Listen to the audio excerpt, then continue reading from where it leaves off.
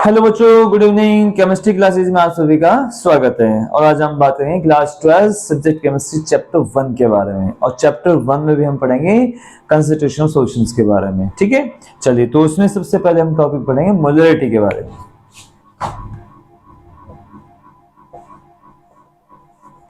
देखिए मोलरिटी क्या होता है इसको समझते हैं। बहुत इंपॉर्टेंट टॉपिक है और ये आपने क्लास 11th में some basic concept of chemistry के अंदर भी आपने पढ़ा होगा। तो मोलरिटी का मतलब होता है कि number of moles of solute it dissolving volume of solution litre.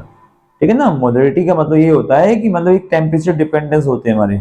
इसमें क्या होता है, जो मोल्स होते हैं ना वो वॉल्यूम में डिसॉल्व होते हैं। Number of moles of solute is dissolving volume of solution litre, उसे मोलरिटी कहते हैं। ठीक है ना। अब ये जो मोलरिटी होती है ये हमारे जो होते हैं कैपिटल एम से इसको डिनोट करते हैं। और इसकी जो यूनिट होती है वो होती है आपकी मोल पर लीटर, है ना। मतलब मोलरिटी जो होती है आपकी, मोलरिटी बराबर होती है number of moles of solute upon में volume of solution in litre. ये होती है हमारी जो मोलरिटी होती है। ठीक है, और इसको हम कैपिटल एम से डिनोट करते हैं। और इसकी जो यूनिट होती है ना, उसकी यूनिट होती है आपकी मोल पर लीटर। ठीक है। अब यदि हम इसको सिंपली फॉर्म में रिप्रेजेंट करें तो कैसे करेंगे, उधर देखिए। जैसे कि हमारा कैपिटल, इसको कैपिटल एम से डिनोट करते हैं, ये हो जाएगा नंबर ऑफ मोल्स को स्मॉल एम से और वॉल्यूम को वी से, ये लीटर में होता है। तो इसको हम इस तरह से डिनोट करते हैं। ओके। और यदि हम इसको देखें यहाँ पर कि आपने पढ़ा होगा कि जो हमारे मोल्स होते हैं वो क्या होते हैं, given mass upon molar mass के होते हैं। ठीक है ना। और ये क्या होता है, इसको हम ml में कन्वर्ट कर जाते हैं। तो मतलब इसको 1000 से मल्टीप्लाई कर देंगे तो फॉर्मूला क्या बनेगा हमारा, देखिए m equals to W upon m, ये तो हमारे बन गया, इनटू में 1000 अपॉन में क्या हो जाएगा, v हो जाएगा। ये आपका ml में आ गया। ठीक है। तो यदि आप ml में निकालना चाहते हो तो इस फॉर्मूले का यूज करिए, और यदि आप लीटर में निकालना है तो इसको यूज करिए। ठीक है ना। तो मतलब W क्या हो गया हमारा, मास ऑफ सोल्यूट हो गया, और ये जो M हो गया ये मतलब मास ऑफ सोल्यूट हो गया, और V क्या हो गया आपका वॉल्यूम ऑफ सॉल्यूशन हो गया। ठीक है। तो इससे से निकालते हैं। चलिए क्वेश्चन मैं आपको समझाता हूं।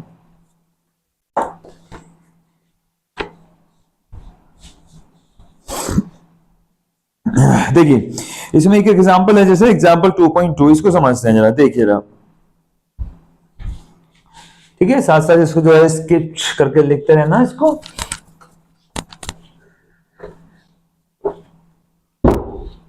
देखिए एग्जांपल नंबर 2.2, इसमें calculate the molarity of A solution containing 5 gram of NaOH in 50 ml solutions. तो इसमें आपको मोलरिटी निकालनी है ना सॉल्यूशन की, जिसमें 5 ग्राम NaOH आपके डिसॉल्व है। तो क्या रखा है 5 ग्राम। अब इसमें क्या करना है आपको, सोल्यूट ढूंढना है। तो सोल्यूट मैंने आपको बताया था क्या होता है, सोल्यूट होते हैं जिसकी क्वांटिटी कम होती है, और जो सॉल्वेंट होते हैं उनकी क्वांटिटी ज्यादा होती है, और सॉल्यूशन कम बनता है, दोनों को मिलान से बनता है। ये ऑलरेडी मैं आपको बता चुका हूं। तो अब इसमें जैसे 5 ग्राम है, इसका मतलब क्या हमारा वेट है। ओके। तो मतलब ये तो वेट लिख लीजिए, यानी कि जो W है हमारा कितना है, 5 ग्राम आपका दिया हुआ है। ठीक है। और इसका जो मोलर मास है यानी कि NaOH का मोलर मास आपको देखना है। ठीक है। तो इसका मोलर मास क्या हो जाएगा बताइए, कैसे निकालते हैं, सभी को पता होगा। मोलर मास का मतलब होता है एडिशन ऑफ एटॉमिक मास, है ना। जो उनका मास होता है एलिमेंट का, उनको जोड़ देना। तो बताइए सोडियम का मास कितना होता है 23, और ऑक्सीजन कितना होता है 16, हाइड्रोजन कितना होता है 1 होता है। तीनों का ऐड कर दो कितना हो गया आपका 40 हो गया, 40 ग्राम पर मोल के। तो ये हमारा मोलर मास निकल आ गया। ठीक है। और क्या देखा आपको इसमें, वॉल्यूम, वॉल्यूम कितना है 450 ml। चलिए वॉल्यूम भी लिख देते हैं हम, 450 ml हो गया। तो देखो ml में तो मैंने आपको फॉर्मूला बता रखा था, है ना, उसी को लगा देंगे, यानी कि m equals to W upon m into 1000 upon v। इसी फॉर्मूला को यहाँ पे यूज करेंगे आप। तो W upon m into 1000 upon में v, इस फॉर्मूला को यूज करेंगे। अब इसमें वैल्यू पुट कर देंगे आप। चलिए कर देते हैं। तो कितना आ जाएगा हमारा 5 अपॉन में 40 इंटू 1000 अपॉन v, कितना आपका 450 आ गया। अब इसको डिवाइड कर देंगे। ठीक है, 0 से 0 कट जाएगा आपका, 0 से 0 यहाँ पे कट जाएगा, ये 4 9 जा 5 9 जा 45 आ जाएगा। ठीक है, यह हो जाएगा आपका कितना, आपका 10 अपॉन में 36 ये आ जाएगा, या 2 5 जा 10 और 2 1 जा 2 और 2 8 जा 16। 5 को डिवाइड करेंगे 18 से तो ये हो जाएगा अपना 2 36 14 आ गया, फिर 0 और 18 7 जा 126 हो जाएगा, 14 फिर 0 फिर 70 आ जाएगा। तो यानी 0.278 भी आप इसको ले सकते हो। तो मोल पर लीटर हमारा सोल्यूशन। आंसर हो जाएगा। तो ऐसा आपको इसको सोल्व करना जो मोलरिटी क्वेश्चंस होते हैं, ठीक है। तो ये तो बात होगी आपकी मोलरिटी। कुछ डाउट हो तो आप उसको कमेंट्स में लिख के मुझे बता भी सकते हो। तो इसके अंदर बहुत सारे क्वेश्चंस होते हैं, है ना, वो आप सोल्व कर सकते हो। जैसे ये क्वेश्चन आपका ये इंटरेस्ट का 2.3, ये भी आप सोल्व कर सकते हो, ठीक है ना। तो इसके अंदर बहुत सारे क्वेश्चंस आते हैं। चलिए दोस्तों, समझ आ गया सभी को। अब बात करते हैं इसके बाद सेकंड पॉइंट इसकी मोलरिटी के बारे में। इसको अपने शॉट ले लें इसका, ठीक है, या इसको वीडियो को करके आप देख सकते हो।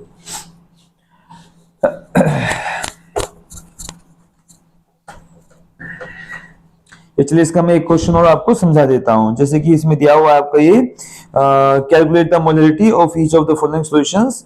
ए 30 gram of cobalt nitrate 6 H2 in 4.3 liter of solution, B 30 ml of 0.5 mol H2SO diluted to 500 ml, है ना, ये भी दिया हुआ है। चलिए इसको पहले आप करिए, अगर नहीं हो तो मुझसे पूछिए आप। तो चलिए हम मोलरिटी आपको समझाता हूँ।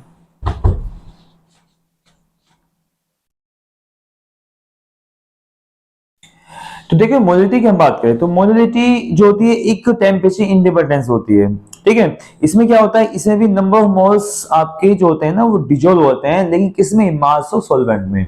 जैसे मोलरिटी में क्या था, number of moles of solute dissolve in volume of solution litre में थे, लेकिन इसमें क्या होगा, इसमें number of moles of solute dissolve in mass of solvent in KG इसमें होता है। इसको भी हम स्मॉल m से डिनोट करते हैं, और इसका जो यूनिट होती है मोल पर केजी होता है, ठीक है। यानी कि इसमें क्या होता है, number of moles of solute dissolve in mass of solvent in kg, ठीक है। इसमें डिजोल्व होता है और इसको हम स्मॉल m से डिनोट करते हैं, और उसकी जो यूनिट होती है वो क्या होती है आपकी, मोल पर केजी होती है, ये इसकी यूनिट होती है। क्लियर सभी को। चलिए इसके फॉर्मूले बात करते हैं। तो फॉर्मूला क्या हो जाएगा इसका, मोलरिटी। तो इसका हो जाएगा आपका number of moles of solute upon में कितना हो जाएगा आपका, mass of solvent in KG, ये इसका फॉर्मूला हो जाएगा, ठीक है। तो ऐसे इसको सोल्व कर, ऐसे इसका फॉर्मूला होता है, ठीक है ना। तो या इसको हम सिंपल फॉर्म में लिखना चाहें तो क्या हो जाएगा आपका, इसको स्मॉल m से करते हैं और ये मोल्स आपके n हो गए, और ये मास ऑफ सॉल्वेंट इसको कैपिटल से करो तो ये हो जाएगा आपका किलोग्राम। तो ये एक फॉर्मूला हमारा बन जाता है। या अगर इसको आगे भी करना चाहिए, ग्राम में कन्वर्ट करना चाहिए, जैसे मोलरिटी को हमने ml में किया था, तो इसमें क्या करेंगे हम, इसको भी आप जो है 1000 से मल्टीप्लाई करके जो है इसको ग्राम में कन्वर्ट कर सकते हैं। जैसे स्मॉल m इक्वल्स टू ये कितना आपका W अपॉन m होता है इंटू 1000 अपॉन में कितना हो जाएगा, ये भी W होता है। अब देखो क्या होता है कि ये भी W सेम हो गए, M भी सेम हो गई, तो इस कंफ्यूजन से बचने के लिए यहाँ पर हम सोल्यूट को 2 मान लेते हैं, सोल्वेंट को 1 मान लेते हैं। मतलब इसमें सोल्यूट जो हो जाएगा उसको हम 1 मान लेते हैं, और जो सोल्वेंट हो जाएगा उसको हम यहाँ पर, मतलब इसको 2 मान लेते हैं, इसको 1 मान लेते हैं। ये आगे तक भी आपको याद रखना है। तो ये कितना हो जाएगा आपको, यहाँ W2 हो जाएगा, ये आपका M2 हो जाएगा, और ये W1 हो जाएगा। तो ये हमारे यहाँ पर फॉर्मूला बन जाता है आपका मोलरिटी, जिसे हम निकालेंगे। इस कोई दिक्कत किसी को, ठीक है। कोई प्रॉब्लम हो तो उसको मेंशन लिख के मैं पूछिए, मैं उसको बताऊंगा। ओके चलिए अब आगे देखते हैं। इसमें इसका शॉर्ट ले लें एक बार। अब इसका एक क्वेश्चन मैं आपको समझा देता हूं।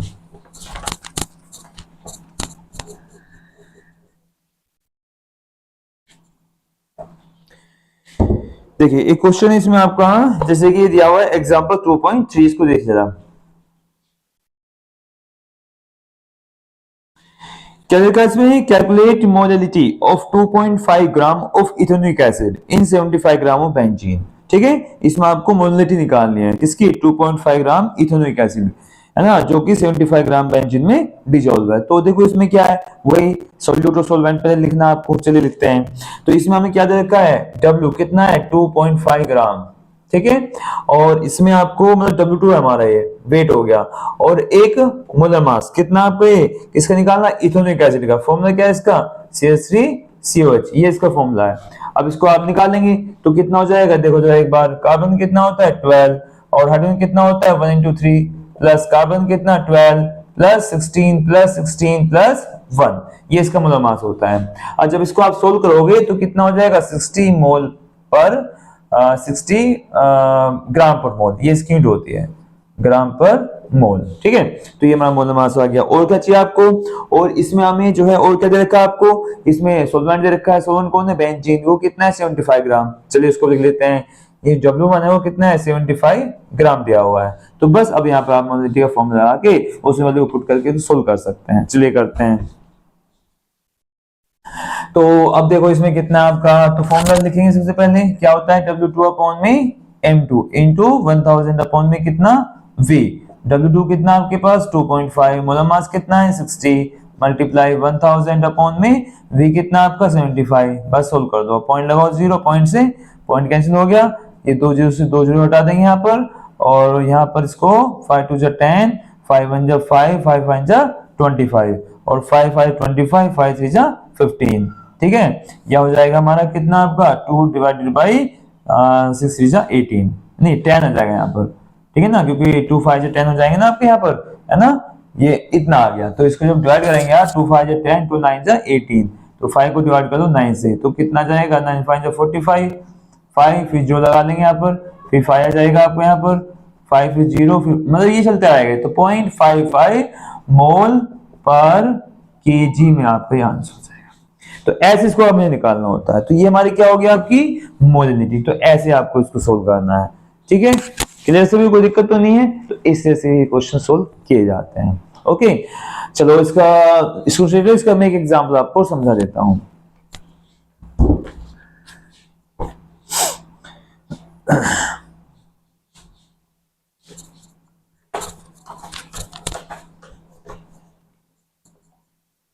देखिए इसमें क्या लिखा है आपका, एक क्वेश्चन है इसमें हमारा, जैसे कि दिया हुआ है इंटरेस्ट का 2.4। इसको देखिए, इंटरेस्ट का 2.4, देखिए जरा इसमें क्या करते हैं।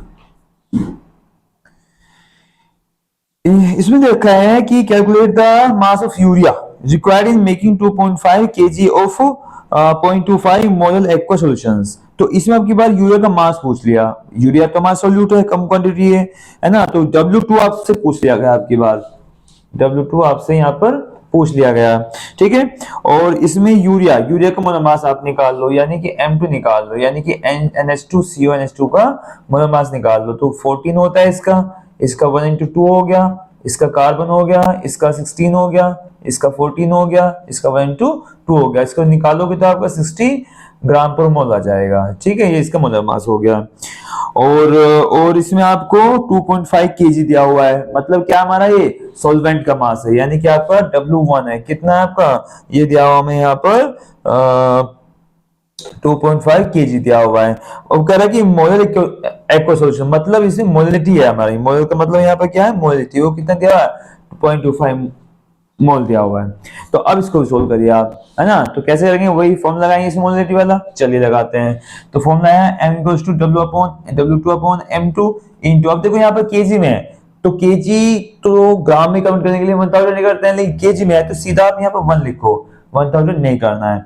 और अपॉन में कितना जाएगा यहाँ पर आपका W1 आ जाएगा। चलिए, तो ये हमारा कितना है 0.25, और W2 आपको निकालना है, M2 कितना है आपका 60 मल्टीप्लाई 1 अपॉन में W1 कितना आपका 2.5 है। अब जरा इसको सोल्व करिए आप। ठीक है, तो कितना आ जाएगा, W2 क्रॉस मल्टीप्लाई कर दो तो W2 इधर जाएगा और बाकी से मल्टीप्लाई पहुंच जाएंगे। तो 0.25 मल्टीप्लाई 60 मल्टीप्लाई कितना 2.5 आ गया। तो जब करोगे आप तो 25 कितना होते हैं 625 होते हैं। 1 2 3 पॉइंट यहाँ पर आ जाएगा और इनटू में 60 आ जाएगा।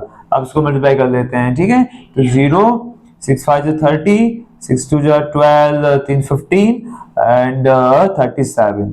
तो 1 2 3 पॉइंट आपको यहाँ पर आ गया। तो इतना आपको ग्राम मिल गया। तो यानी कि इससे आपको मोलरिटी में मतलब सबसे क्वेश्चन आ सकते हैं इसमें, सॉल्वेंट का मास ही पूछ सकता है, सॉल्यूट का मास ही पूछ सकता है, मोलरिटी पूछ सकता है, कुछ भी पूछ सकता है। तो ये सब आपको पता होना चाहिए। Is it clear? तो ये हमारा सेकंड हो गया मोलरिटी के बारे में। ओके, चलो अब तीसरा समझते हैं इसमें मोल फ्रैक्शन के बारे में।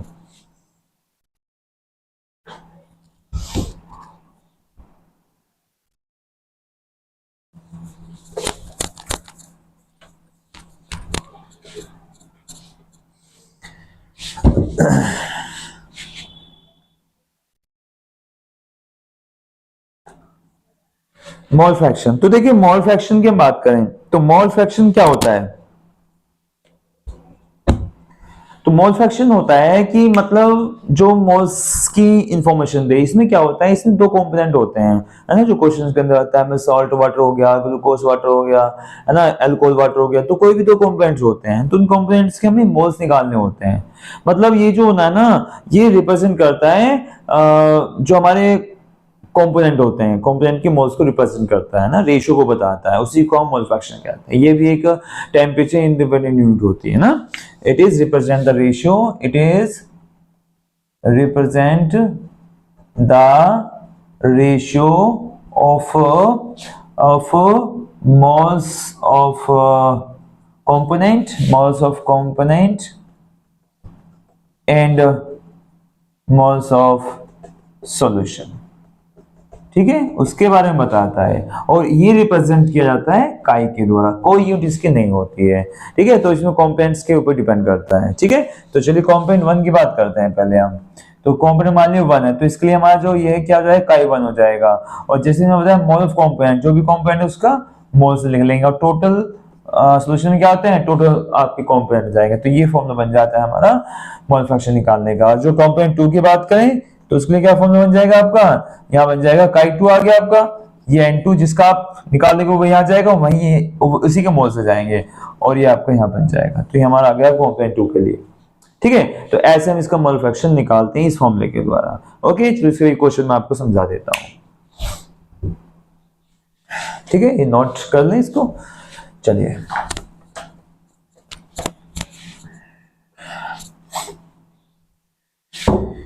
तो देखो भाई, इसमें क्वेश्चन है आपका एग्जांपल नंबर 2.1, इसको समझ जाओ एक बार। एग्जांपल नंबर 2.1 देखिए इसमें क्या दे रखा है। इसमें लिखा है calculate the mole fraction of ethylene glycol in A solution containing 20% of C2H6O2 by mass. ठीक है, मतलब इसमें आपको मोल फ्रैक्शन जो है इथाइलिन ग्लाइकोल का जो आपको निकालना है, जो कि हमारा मतलब 20% दिया हुआ है। देखो पहले इसको समझो आप।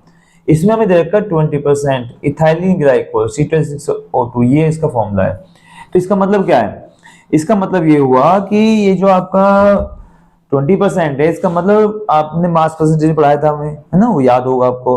तो 20 ग्राम आपका इसमें सोल्यूट है, और बाकी जो बचा 80 ग्राम है वो आपका वाटर हो जाएगा, है ना। मतलब इसे 20 ग्राम क्या हो गया आपका सोल्यूट हो गया, बाकी 80 ग्राम आपका सॉल्वेंट हो गया। तो मतलब हमारे पास जो है इसमें जो W2 है वो कितना आपका 20 ग्राम माना जाएगा। ठीक है, और इसका M2 भी निकाल लेते हैं, क्योंकि मोल फ्रैक्शन है तो उसमें मोल्स निकालेंगे। अब मोल्स होता है given mass upon molar mass के, तो ये चीज आपको निकालनी पड़ेगी। तो अब इसका मोलर मास निकालो C2H6O2 का, तो कितना आ जाएगा भाई, 2 × 12 प्लस 1 × 6 प्लस 16 × 2, इसको निकालोगे 62 ग्राम पर मोल में आ जाएगा। ठीक है, तो ये तुम्हारा आपका आ गया मोल मतलब ये मोलर मास सबको निकालना तो होगा, ना ऐड कर देते हैं मास को। ठीक है, अब दूसरे, अब ऐसे हम जोड़ते हैं इसके 200 कंपोनेंट, हमारा वाटर उसको ले लेंगे। तो वाटर कितना हमारा, वाटर आपका 80 ग्राम। ठीक है, और इसका मोलर मास कितना हो जाएगा M1, मतलब भाई वाटर तो सभी को पता होगा 1 × 2 प्लस 16 इक्वल्स टू कितना हो जाएगा 18 ग्राम पर मोल हो जाएगा। ठीक है, तो ये भी हमारा निकल का आ गया। अब क्या निकालना है आपको, इसमें मोल फ्रैक्शन निकालना, तो मोल्स निकालने पड़ेंगे, तो मोल्स निकालने पहले आप। चलिए, तो N1 क्या होता है W1 अपॉन M1 के। W1 कितना है हमारा 80। ओके, और ये कितना हमारा, अच्छा इनको ना आप 1 लिख लो, कंपोनेंट 1 ये ना हमारे, इसको 1 माना तो इसको 1 लिखे आप यहाँ पर। ठीक है, इससे कंफ्यूजन नहीं होने का, इसको माने, क्योंकि अलग होता है मोलरिटी, और मोलरिटी में तो 2 मानते हैं, लेकिन यहाँ पर मोल फ्रैक्शन थोड़ा अलग होता है, कंपोनेंट के बेस पे निकालते हैं इसको। तो इसको मान लेते हैं 2 यहाँ पर, कंपोनेंट 2 आपका। तो N1 निकाल लो, तो कितना जाएगा आपका, ये 20 अपॉन में कितना है 62। ठीक है, तो 2 10 जा 20, और ये आ गया, एक जो 10 को डिवाइड करो 31 से, तो पॉइंट लगाओ 0 3, ठीक है 7, फिर 0 लगाओ और 2 आ गया, है ना। ये थी आ जाएगा 7 0, हाँ 2 आ जाएगा। यानी कि हमारा जो निकल का आ गया आपका N1 वो कितना आपका 0.32 आ गया, ये हमारा N1 निकल का आ गया। ठीक है, चलो अब इसके बाद क्या निकालना आपको, अब आपको निकालना है N2। चलिए N2 निकालते हैं। तो N2 हमें पता है क्या होता है, W2 अपॉन M2 होता है, और W2 कितना हमारा 80 है, और ये कितना है 18 है। सोल्व करोगे कितना आ जाएगा 4.44 आ जाएगा ना। तो यानी कि N2 हमारा आ गया 4.44 आ गया। तो ये भी हमने निकाल लिया, ठीक है। बस अब हमारा n1 भी आ गया, n2 भी आ गया, बस अब निकाल सकते हैं आपके फॉर्मूले से। ओके, चलिए निकालते हैं।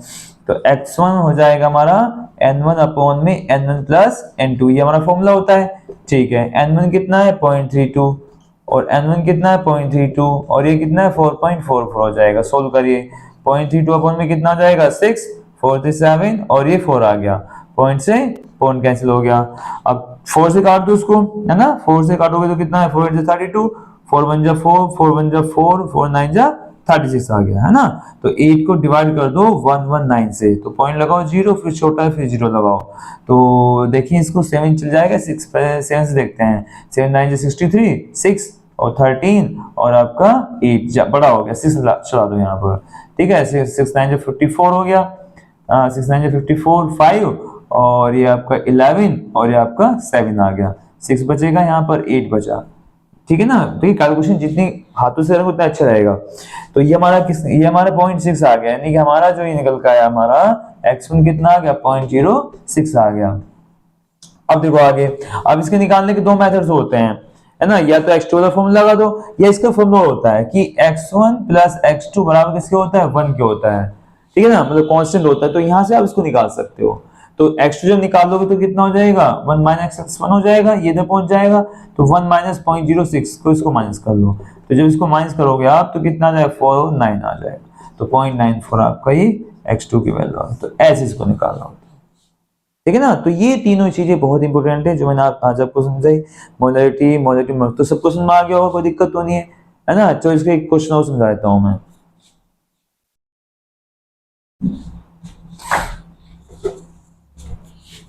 नोट कर लें क्वेश्चंस को, काफी इंपॉर्टेंट है।